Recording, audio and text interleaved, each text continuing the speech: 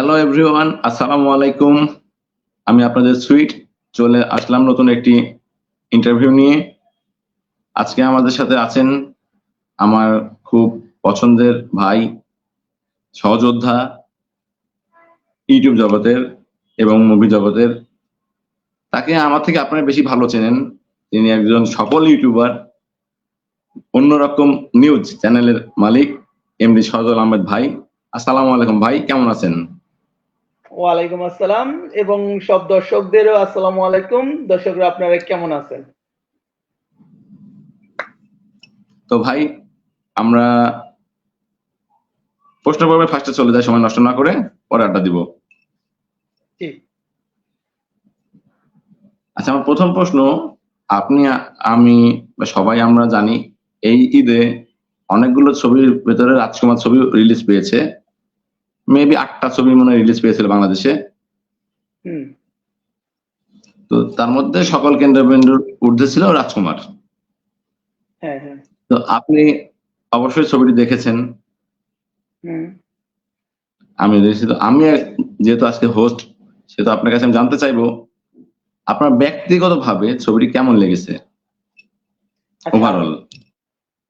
আচ্ছা, রাজকুমার সিনেমা নিয়ে যদি আমি বলতে যাই, তাহলে প্রথমেই বলতে হবে যে সিনেমাটা তো অবশ্যই আমি সিনেমা হলে গিয়ে দেখেছি এবং বিভিন্ন হলে কিন্তু আমি বসুন্ধরা, তারপর যমুনা ফিউচার পার্ক সহ যে সিঙ্গেল স্ক্রিন গুলো আছে সেখানে দর্শকদের রিভিউ নিয়েছি। তো প্রথমে দর্শকদের কাছ থেকে আমি যেটুকু বুঝতে পারেছি, দর্শকরা কিন্তু অনেক ইমোশনালি ভাবে সিনেমাটাকে নিয়েছে। এই সিনেমাটাতে সাকিব খানের যে পারফরমেন্সটা ছিল, এই পারফরমেন্সটা কিন্তু একদম সেরা পারফরমেন্স বলা চলে এখন পর্যন্ত সাকিব খান যতগুলো সিনেমা করেছে। কারণ এর আগের সাকিব খানের এমন এমন কিছু সিনগুলো ছিল, সিনেমাগুলো ছিল যেখানে তার কান্নাগুলো দেখলে কিন্তু মানুষ হাসতো, কিন্তু এই সিনেমাতে এভাবে মানে মানুষকে ইমোশনালি টাচিং করেছে যে মানুষ সে নিজে কেঁদেছে এবং মানুষকেও কাঁদিয়েছে। আর তার পরবর্তীতে যদি বলতে চাই, গল্পটা তো আমরা অনেকেই জানি যে গল্পটা কিন্তু হিমেল আশরাফ নিজেই লিখেছিলেন আমেরিকাতে বসে। আর এই গল্পটার কারণে কিন্তু সিনেমাটা অনেক বেশি চলেছে। আর মানে পুরো জিনিসটাকেই যদি আমি বলতে চাই, তাহলে যদিও প্রিয়তমার রেকর্ড ক্রস করতে পারবে না, আমি যতখানি জানি প্রিয়তমার সময় আমি এরকম বিভিন্ন ইন্টারভিউ নিয়েছিলাম, মানুষের কাছ থেকে শুনেছিলাম, তবে ওটার রেকর্ডটা ক্রস করতে না পারলেও সাকিব খানের পর কিন্তু সাকিব খানেই থাকবে। মানে তার সিনেমা প্রিয়তমার পরে কিন্তু বাংলাদেশের সেরা সিনেমা তালিকায় যদি যেতে হয় তাহলে কিন্তু দ্বিতীয়তে রাজকুমার সিনেমাটাই থাকবে আয়ের দিক থেকে। রাইট রাইট, আপনার আমিও সহমত। তো এই ছবি শুরু রিলিজের আগে বেশ কিছু গান রিলিজ পেয়েছিল। ছবি শুরু মানে এবং ছবি শুরু হওয়ার পর আর লাস্ট গান রিলিজ হলো মা। তো গানগুলো নিয়ে অনেক আলোচনা সমালোচনা দুটোই ছিল, আপনিও জানেন আমিও জানি। আলোচনা এবং সমালোচনা দুটোই ছিল। বিশেষ করে আমি যদি ভুল না করি, আমি একাই রাজকুমার এই গানটা নিয়ে বেশি সমালোচনা হয়েছিল। আপনার ছবিটা দেখার পর আপনার কি মনে হলো যে গানটা কি আসলে মানে গল্প অনুযায়ী গানটা ঠিক ছিল বা এটা বলবেন কাইন্ডলি? আচ্ছা, গানগুলো নিয়ে যদি আমি বলতে চাই, গান মুক্তি পাইছে মোট 4টা গান।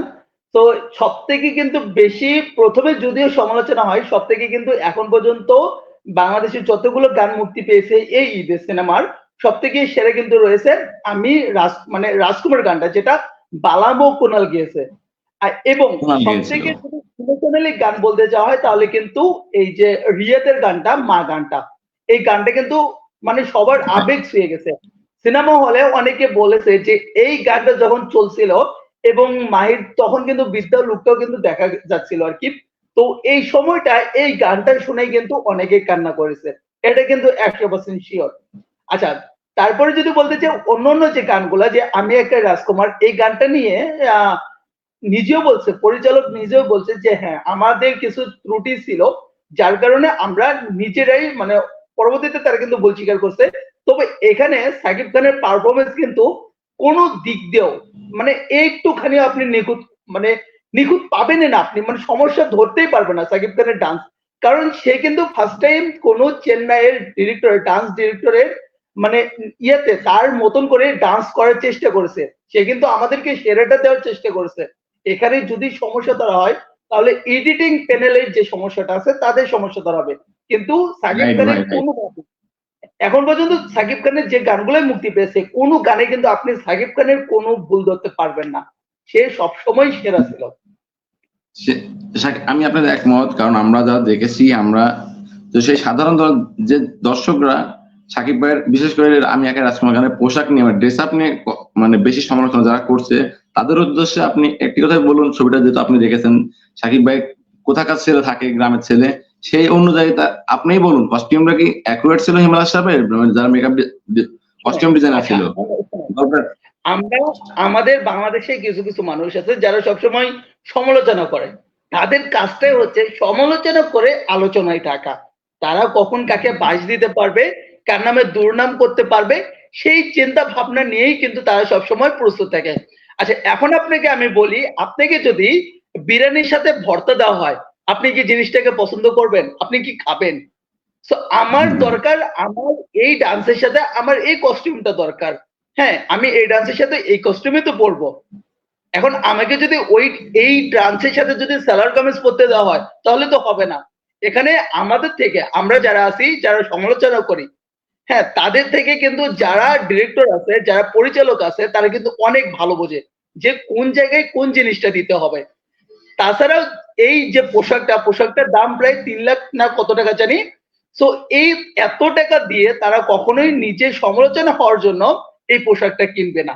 আর এই পোশাকটা কিন্তু আমরা দেখেছি বিভিন্ন যে বড় বড় সেলিব্রিটিরা আছে অন্য অন্য দেশের, যারা মিউজিশিয়ান আছে, তারা কিন্তু এরকম পোশাক পরেছে। সো এই কে কে বললো, কে কোন, আমিও আপনার সাথে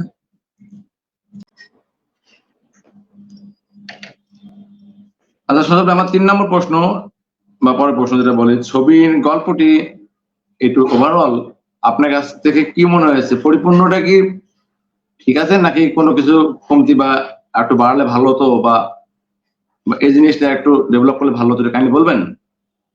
আচ্ছা, গল্প, রাজকুমার সিনেমার গল্পটা যদি আমি বলতে চাই, তাহলে এভাবে বলতে হবে যে হিমেল আশরাফ কিন্তু গল্পটা লিখেছেন, তিনি তার কাছ থেকে যতখানি ভালো সম্ভব তিনি কিন্তু সর্বোচ্চ দিয়ে চেষ্টা করেছে। আর সে গল্প অনুযায়ী সে কিন্তু সবকিছু পারফেক্টলি ভাবে করেছে। তবে সামান্য কিছু খুঁত রয়েছে, সামান্য প্রবলেমও রয়েছে। সে প্রবলেমটা আমার পার্সোনালি যদি আমি বলতে চাই, আহামরি কোনো প্রবলেম না। তবে এইটুকু প্রবলেম অবশ্যই মানে সবার চোখে এটা পড়েছে হয়তোবা। যেমন মনে করেন পুরো গল্পটা কিন্তু মাকে কেন্দ্র করে।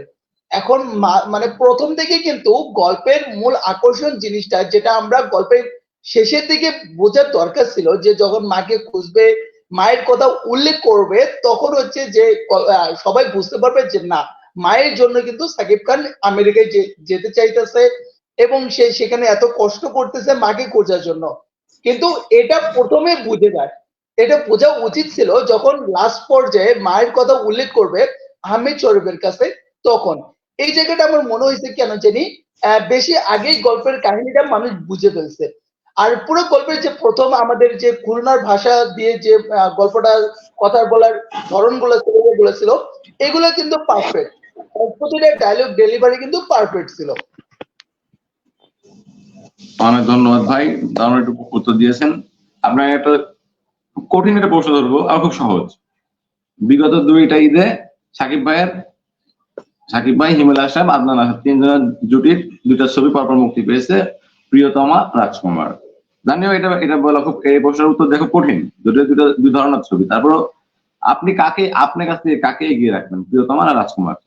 সেটা যে কোনো দিক দিয়ে হতে পারে। না, এখানে হচ্ছে দুটাই কিন্তু সাকিব খানের সিনেমা। এখানে পার্সোনালি ভাবে আমি এই সিনেমাকে এগিয়ে রাখবো এরকম কোনো কিছু না। তবে এটুকু বলতে পারি, দুটাই পরিচালক এক, প্রযোজক এক, অভিনেতা এক, হ্যাঁ, সবকিছুই মনে করেছেন এক। এখন আমি তার সিনেমাকে কিভাবে আলাদা করি, যেহেতু তার, তাহলে বলতে হবে যে না, তার একটার মধ্যে অভিনয় খারাপ করছে, একটার মধ্যে পরিচালনা খারাপ করছে, এই জন্য হয়তো বা সিনেমা খারাপ হয়েছে। আসলে এরকম কোনো কিছু না, দুটা সিনেমাই সেরা ছিল। তবে যদি দর্শকের দিক থেকে বিবেচনা করা যায়, মানে দর্শক কোনটাকে বেশি গ্রহণ করেছে, সেক্ষেত্রে কিন্তু ইদিকা পালকে নিয়ে যে সাকিব খানের প্রিয়তম সিনেমাটা, এটা বেশি গ্রহণ করেছে। এর কারণ হচ্ছে আমাদের বাংলাদেশ, মানে বাংলা নায়িকা আর কি, ওপার বাংলার, তারপর কিন্তু বাংলা নায়িকা আর ইদিকার পারফরমেন্স এবং গল্পটা খুব কম সময়ের ভিতরে গল্পটা নির্মাণ করা হলেও কিন্তু আমার কাছে দুইটা সিনেমার ভিতর প্রিয়তম সিনেমাটাই বেস্ট। আসলে এই প্রশ্নটা আমি কেন করলাম আপনিও জানেন আমিও জানি, আমরা বিগত যতগুলো সিনেমা হলে গিয়েছি দর্শকদের কাছে জানতে চেয়েছে, মানে দর্শকের মনে এখনো প্রিয়তমা আছে, তার কারণে এটা আমার ব্যক্তিগত প্রশ্ন। আসলেই সবার হ্যাঁ, ভেতরে ওটাই খালি তো। প্রিয়তমা, হ্যাঁ, সবাই কিন্তু প্রিয়তমা খুঁজছে, কিন্তু বুঝছেন না যে প্রিয়তমার গল্পটা আলাদা, যে রাজকুমার। আমি যখন গাজীপুর সিনেমা হলে, আমি সত্যি করে বিশ্বাস, মানে বিশ্বাস রেখে, মানে যারা ভিউয়ার্সরা আছে আপনারা দেখতেছেন, আমি জানি না আপনাদের কাছে প্রিয়তমাটা কেমন লেগেছে, কিন্তু এখানে আমি যখন গাজীপুর সিনেমা হলে গেলাম, সিনেমা হলের যে দায়িত্বরত আছে তাদের থেকে যখন আমি জানতে চাইলাম যে আপনাদের কোন সিনেমাটা বেশি ভালো চলতেছে, এখন রাজকুমার চলতেছে নাকি প্রিয়তমা, তখন তারা ডাইরেক্ট মানে সোজা বলে দিল যে প্রিয়তমাটা বেশি ভালো চলেছে। যে প্রিয়তমাটা মুক্তির পরে এমনকি 5-7 দিন পর্যন্ত মানুষ, মানুষ এসে 5-7 বার পর্যন্ত দেখেছে, কিন্তু রাজকুমারের ক্ষেত্রে মানে এত পরিমাণ না আর কি। আপনার সাথে আমিও সহমত, একটা অনেস্ট কথা বললেন ভাই আপনি, আসলে আমি নিজেও অনেস্ট কথা, এই কথাটা আমি আপনার সাথে সেম উত্তর দেবো, কারণ আমি, আপনি দেখছেন আমিও বেশ কিছু হলে গিয়েছি, আমি অনেক হল মানে পার্সোনাল কথা বলেছি যেগুলো হয়তো পাবলিকলি আনি নাই, তাদের মানে তারা অনেস্টি কথা। ছবি প্রিয়তমা আমার কাছ থেকে প্রিয়তমা গানের জন্য হিট আমি মনে করি, এবং প্রিয়তমা বাঙালি নায়িকা ছিল। আর রাজকুমার কিন্তু গল্পটা ছিল খুব ভালো, অনেস্টলি রাজকুমার গল্প অনেক ভালো প্রিয়তমার থেকে, এটা অস্বীকার করতে পারবো না আমিও। কিন্তু মানুষ, হল মালিকের কোনো কারণে তারা বললো যে আমরা প্রিয়তমার সময়, আমি যে সিনেমার কথা বলছি রাজশাহী রাজতিলক বা কুষ্টি, এগুলো তো টানা 36 দিন 40 দিন আপনার হাউসফুল ছিল। তো সেক্ষেত্রে সবার মনে ওইটা যাক, আমরা ওই প্রসঙ্গ আর না জড়াই, ওই প্রসঙ্গটা থাক, মানুষ এখন রাজকুমার আরো দেখে চলতেছে। আচ্ছা, জাস্ট 1 মিনিট, হ্যাঁ।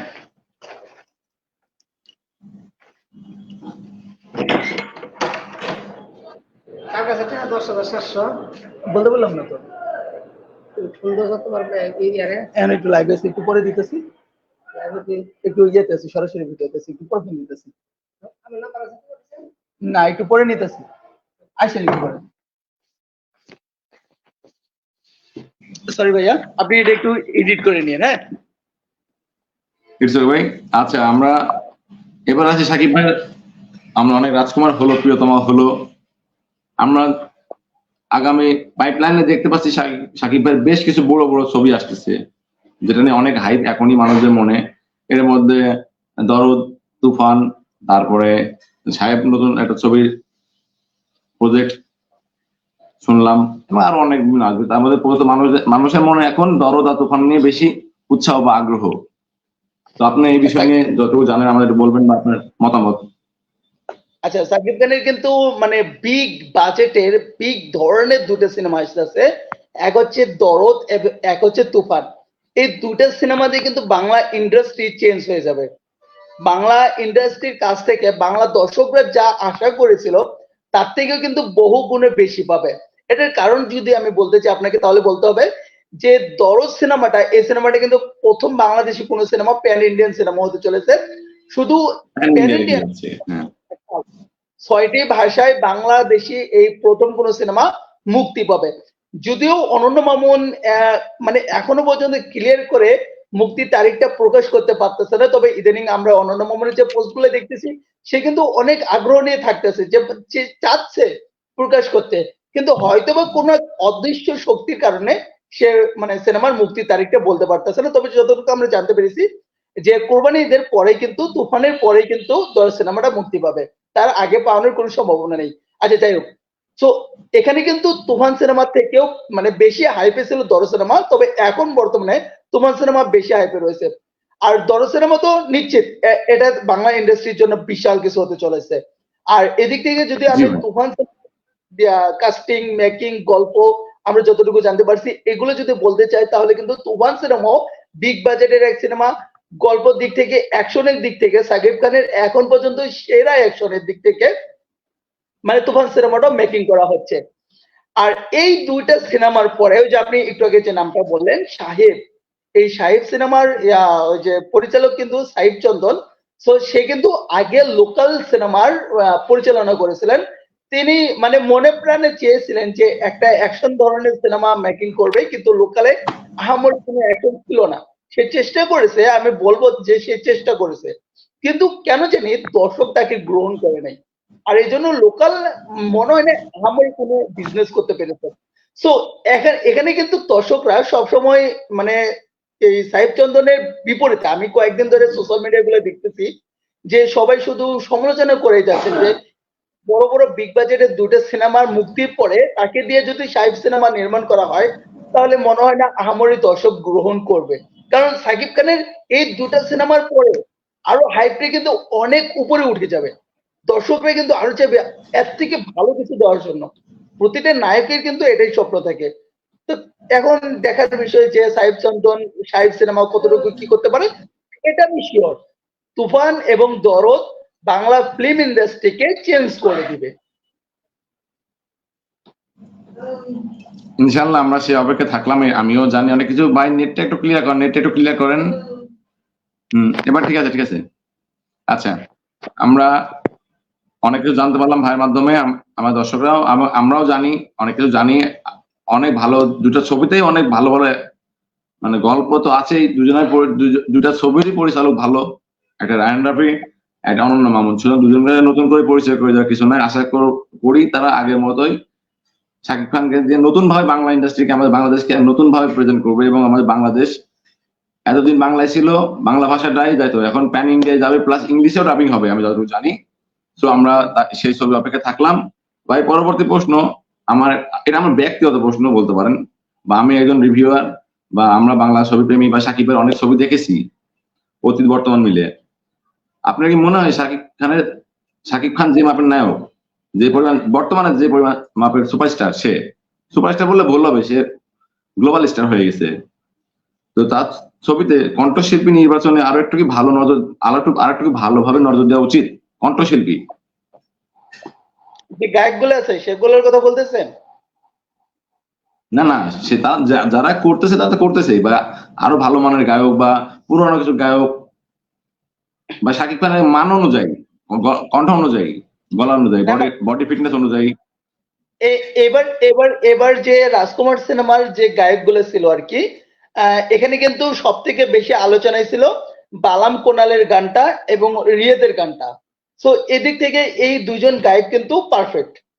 এই ওরা পারফেক্ট, বাংলাদেশে আমি ওটা পারফেক্ট বলছি। হ্যাঁ হ্যাঁ, আর সামনে তোরো সিনেমার যেটা মুক্তি পাচ্ছে এখানে কিন্তু আমরা মনে হয় দুজন গায়কের নাম জানতে পারছিলাম। তার মধ্যে থেকে একজন হচ্ছে মোহাম্মদ ইরফান, যে কিন্তু ইন্ডিয়ান আইডলের একজন।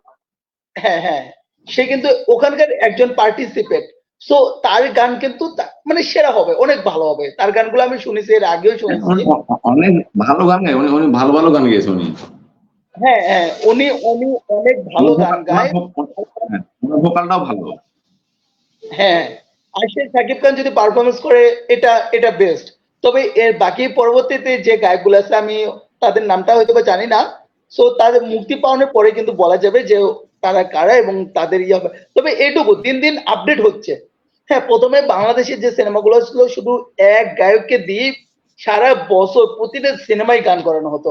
কিন্তু এখন সময়ের পরিবর্তে শাকিব খান বেছে বেছে গান নিচ্ছে। তবে এই একটা ভুল করছে আর কি, ওই যে আমি একাই রাজকুমার। সো এরকম ভুল মনে হয় না সামনে আরো হবে। এই গানটা নিয়ে অনেক দর্শকের প্রতিক্রিয়া দেখলাম যে এই গানে তারা একটা গায়ককে বারবার চেয়েছে। আপনারা শুনবেন বিভিন্ন গানে তারা এমন গানে আসিফ আকবরকে চেয়েছে। সাকিব ভাই ডান্স ট্র্যাকে আসিফ ভাই গান গাইতো বাংলাদেশে ম্যাক্সিমাম গানগুলো। আপনি কি এটা সহমত করেন? দর্শকদের একদম ন্যাচারাল, যারা একদম আম পার্টি, আমরা যারা আম জনতা সিনেমা হলে যারা গান শুনতে আসে নাচের জন্য, বা সাকিব ভাই নাচবে, ওরাও নাচবে। না, আসিফ আকবর একসময় কিন্তু পুরো সিনেমা হল সহ বাংলাদেশের মানুষকে নাচাইতো আসিফ আকবর। হ্যাঁ, সে তার মানে সেই এখন না বিটিভির যুগ থেকে কিন্তু আসিফ আকবর সেরা, এখনো পর্যন্ত সেই সেরাই রয়েছে।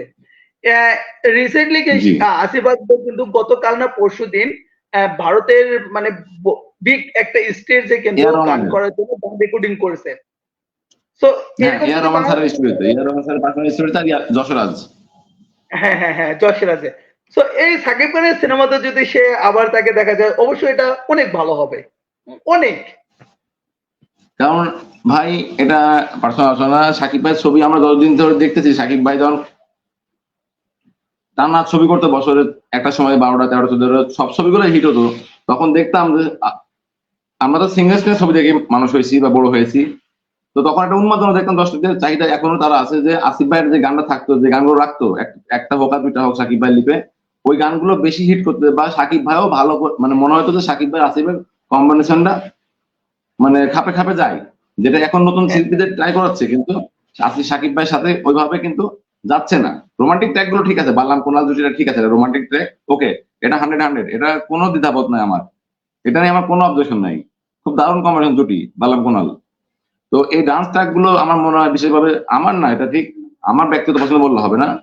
আমি এবার বুঝলাম এই রাজকুমার ছবিটা বেরোনোর পর, আমি একা রাজকুমার গানটা যখন মানুষ বিশেষ করে সিঙ্গেল স্ক্রিনে মানুষ গানের ভয়েসটা ভালো করে বুঝতে পারছে না, মাল্টিপ্লেক্সে কোনো বুঝতে পারছে, কিন্তু সিঙ্গেল স্ক্রিনে গানের ভয়েসটা ভালো করে আসছে না। অনেক সিঙ্গেল স্ক্রিনে দেখবেন রিপোর্ট নিয়ে, তো তারা বিরোধী যারা শাকিব খানের পুরনো ভক্ত, তারা বারবার একই কথা বলতেছে, এই গানে যদি আসিফ ভাই দিকে আসিফ আকবরকে দিয়ে গাওয়াই তো তাও মানুষ নিত হয়তো। হ্যাঁ, এটাও ঠিক। আসিফ আকবর যেহেতু এখন গেলে গানটা বাংলাদেশে কিন্তু আরো অনেক বেশি ভালো হইতো। আমরা এই জুটিটা খুব মিস করি, যেটি আমার ব্যক্তিগত হবে, আমি এই জুটিটা খুব মিস করি, সাকিব আসিফ কম্বিনেশন খুব মিস করি। আর তাদের গান মানে হিট গান ছিল। হুম হুম। আমরা আশা করবো সামনে আগুন ছবিতে মেবি আসিফ ভাই গান আছে আগুনে, আমি যতটুকু জানি, কারণ আসিফ ভাই কথা হয়। আর আসিফ ভাই আমার ধারণা এই দরদ অথবা তুফানে কোনো একটা আসিফ ভাইয়ের গান থাকতে পারে, যার কারণে আসিফ ভাই মুম্বাইতে স্টুডিওতে আছে রেকর্ডে, ওখানে দুইটা গানের রেকর্ড কিন্তু করছে উনি, একটা হচ্ছে এম আর রহমান স্যারের পার্সোনাল স্টুডিওতে, একটা ইয়ার সাথে হয়তো আমরা কোনো একটা ধামাকা পেতে পারি, যেহেতু সাকিব ভাই নেক্সট ছবি সব অ্যাকশন ছবি, গানগুলো থাকবে আর কি। যেহেতু সাকিব ভাই যে পরবর্তী যে দুটো ছবি আছে দুটা কিন্তু অ্যাকশন ধর্মী ছবি, গল্প অনুযায়ী গান থাকতেই পারে। সো আমরা আশা থাকলাম, নেক্সট প্রশ্নে যাই, বেশি আর প্রশ্ন করবো না ভাই। আপনার কাছে এবার গুরুত্বপূর্ণ একটা প্রশ্ন আমার, এই বর্তমান রাজকুমার ছবির পর থেকে বা দুই বাংলায় আমাদের শাকিব খান দুই বাংলায় জনপ্রিয়, দুই বাংলাতে মিলে তিনটা সুপারস্টার বর্তমান, জিৎ, দেব, শাকিব, তিনটা। কিছু পেজ, কিছু ইউটিউবার, কিছু গ্রুপ দেখবেন যে আপনি হয়তো দেখবেন যে কম্পেয়ার করছে শাকিব খান, জিৎ, দেব, কে কে সেরা, কে বড় বা কে বড় সুপারস্টার। আপনি কি এগুলো আদৌ ঠিক মনে করেন কম্পেয়ার করা, না, নাকি যার যার জায়গায় সেটা ঠিক? এটা মোটেও ঠিক না। এটা এখানে যদি তারা তিনজনেই কিন্তু নায়ক। এখন না, সবার ভক্তরা চায় যে সাকিব খানের ভক্ত, তারা চায় যে সাকিব খানকে সেরা বলার জন্য, জিতের ভক্তরা চায় জিতকে সবার উপরে রাখার জন্য, দেবের ভক্তরা চায়। তো ভক্ত কিন্তু সবারই রয়েছে, কম বেশি ভক্ত সবারই রয়েছে। এখন দিন শেষে দেখা যায় যদি আমরা ভক্তরা মিলে ঝগড়া করি তাহলে কিন্তু হবে না। সব সিনেমাকেই সাপোর্ট করতে হবে। বাংলাদেশের সিনেমা, বাংলা সিনেমা, টলিউডের হোক আর ঢালিউডের হোক, দুই সিনেমাকে সাপোর্ট করতে হবে, তাহলে কিন্তু ইন্ডাস্ট্রি এগিয়ে যাবে। তেলুগুর মতন একটা ইন্ডাস্ট্রি সেটাই তারা যখন মিল ছিল, সেক্ষেত্রে কিন্তু তাদের ইন্ডাস্ট্রিটা এখন কিন্তু অনেক বড় পর্যায়ে গেছে। তো আমরা দুই বাংলা যদি একসাথে মিল রেখে, দুই বাংলা যদি একসাথে মিল থেকে সিনেমাকে সাপোর্ট করতে পারি, তাহলে কিন্তু আমাদের ইন্ডাস্ট্রি গুলো কিন্তু একসময় দেখা যাবে যেন অনেক উপরে উঠে গেছে। আসলে ভাই এটা বিষয়টা কি হচ্ছে, আমি যতটুকু বুঝলাম, কিছু সব সব সুপারস্টার আবেগী কিছু ভক্ত আছে, এরা এদের মানে ছোট বড় মানে একটা পোস্ট করলে যে আরেকটা হিরোকে ছোট করা হচ্ছে, আমাদের শাকিব খানকে বড় করতে গিয়ে আমি নিজেরা পছন্দ করি না। সাকিব ভাইয়ের জায়গায় বেস্ট, তারাও স্বীকার করে, ওপার বাংলার সব হিরোরা কিন্তু তাকে যথেষ্ট পরিমাণ রেসপেক্ট করে, জিত থেকে শুরু দেব দুজনাই কিন্তু শাকিব খানকে যথেষ্ট পরিমাণ রেসপেক্ট করে, সাকিব ভাইও তাদেরকে রেসপেক্ট, একসাথে আড্ডা মারে। কিন্তু কিছু আবেগী ভাই ওদেরও, শুধু আমাদের সাকিবিয়ানরা না, আমাদের সাকিবিয়ানরা সবাই না, সরি আপনার ভুল বুঝবেন না, কয়েকজন আবেগী, যে আমরা এটাকে নাম দিচ্ছি আমি আবেগ, অতি আবেগী, যে আমি। আর ওদেরও কিছু ভক্ত আছে যারা আমাদের হিরোকে শুরু করে। আমিও এই লাইভের মাধ্যমে এটা অনুরোধ করবো, বা আপনিও ওদের উদ্দেশ্যে কিছু বলবো, যে অতি আবেগী হতে গিয়ে কাউকে ছোট করা ঠিক না, আমার দৃষ্টিতে এটা বলে। কাউকে ছোট করা যাবে না। আচ্ছা ভাই, আমরা তো মুভি রিভিউ করি কম বেশি, আপনি করেন, আপনি তো আমাদের অনেক সিনিয়র, আপনার কাছ থেকে আমি একটা প্রশ্ন জানতে পারি রিভিউ নিয়েই। মুভি রিভিউ করার সময় একটা রিভিউয়ারদের, বা যারা আমরা নতুন আসছি বা যারা আপকামিং আসবে এ লাইনের, তাদের প্রথম কোন দিকটা লক্ষ্য রাখতে হবে এই কাজটা করার ক্ষেত্রে, একটা মুভি রিভিউ করার ক্ষেত্রে? আচ্ছা, মুভি রিভিউ করার আগে আমি কিছু কথা বলি। আপনি একটা কথা মনে করলেন, গত 2-3 দিন আগে ভারত মানে মির্জা সিনেমার জন্য অঙ্কুশ হাজরা, সে কিন্তু একটা কথা বলেছে যে বর্তমানে বাংলা সিনেমার রিভিউ করার জন্য এমন কিছু রিভিউয়ার যারা রিভিউ করে আর কি, তারা এমন পর্যায়ে পৌঁছে গেছে, তারা টাকা দিলেই কিন্তু যে কোনো সিনেমাকে তারা ভালো বলে। সে কিন্তু এই কথাটা কিন্তু সে বলেছে কয়েকদিন আগে, দেখলাম আমি। সো মানে এখন বর্তমানে আপনি বাংলাদেশে যেমন RNAR বা ভিত্তিক বাস বা এরকম হাতে গোনা কয়েকজন মুভির রিভিউ যারা করে আর কি, তাদেরকে পাবেন, যেমন মাসুম। সো তারা যে রিভিউ গুলো করে তারা কিন্তু অথেন্টিক রিভিউ করে। আর অনেকে আছে যারা ভিউ পাওয়ার জন্য বা বিভিন্ন ইয়ার জন্য আর কি হাজারে যত মানে পারে আর কি সব ধরনের রিভিউ করে যায়। তবে রিভিউ দিক থেকে যদি আমি বলতে চাই তাহলে বলতে হবে রিভিউ করার সময় অবশ্যই আপনাকে বেশ কয়েকটা জিনিস মাথায় রাখতে হবে, যেমন সিনেমার গল্প, সিনেমার কালার গ্রেডিং, সিনেমার লোকেশন, সিনেমার নায়িকা এবং সব ক্যারেক্টারের অভিনয় কেমন ছিল, এই সবকিছু যদি মাথায় রেখে একটা সিনেমার রিভিউ করা যায় সেক্ষেত্রে কিন্তু ওই রিভিউটা বেস্ট হবে। তবে কে নায়ক, কার বেশি পাওয়ার, কে কত টাকা আমাদেরকে দিল, এইগুলো নিয়ে যদি মাথায় নিয়ে যদি রিভিউ করা যায় তাহলে কিন্তু ওটা রিভিউ বলে না। আমার একটা অভিজ্ঞতা থেকে বলি ভাই, আমি একজন রিভিউয়ার সবার রিভিউ করতে পারে, একজন রিভিউয়ার কিন্তু শুধুই একক নায়ক কেন্দ্রিক হতে পারে না। আপনি আশা করি আমার সাথে একমত হবেন। তো আমার একটা ব্যক্তিগত অভিজ্ঞতা, প্রশ্নটা বুঝতে পারছেন? হ্যাঁ, একজন রিভিউয়ার যারা আমরা মুভি নিয়ে কাজ করছি তারা কিন্তু আমরা একক নায়ক কেন্দ্রিক হতে পারি না। হতে পারে কিনা আমাদের পছন্দ, আমরা সবাই মুভি কম বেশি রিভিউ করবো কিনা আপনি না করবো, কিন্তু আমার অভিজ্ঞতা থেকে বলি, আমি কিছুদিন আগে ওপার বাংলার একটি হাউসের সাথে কাজ করতাম, নাম উল্লেখ করছি না তাদের সম্মানের খাতিরে। তাদের ভক্তরা আমাকে একক কেন্দ্রিক বানায় ফেললো, মানে আমি তাদেরই করতে পারবো, সাকিব ভাই করতে পারবো না। আমি এটা মেনে নিতে পারি নাই, কারণ আমি আমার দেশের হিরো ফার্স্ট, দ্বিতীয় প্রথমত আমার দেশ আগে। আমি বাংলাদেশকে ভালোবাসি আগে, আমার দেশে একটা গর্ব আছে, নাই তা না। দ্বিতীয়ত আমি সাকিব ভাই কেন, সাকিব ভাই ছবি যদি না আসতো, অন্য কোনো ছবি আসতো বা চঞ্চল চৌধুরীর ছবি সিঙ্গেল আসতো, আমার দেখার পর আমি কি রিভিউ আসতে পারি না? এক্ষেত্রে তো সাকিব ভাই বা সাকিব ভাই আমাকে বাধা দিতে পারে না। তো আমি এটাই সবাইকে অনুরোধ করবো যে সবার কাছে আমারও অনুরোধ, আমিও নতুন, আমার ইচ্ছা ভাই যে আমি সব ছবি নিয়ে কাজ করব যতটুকু পারি, আমার ইচ্ছা এটা।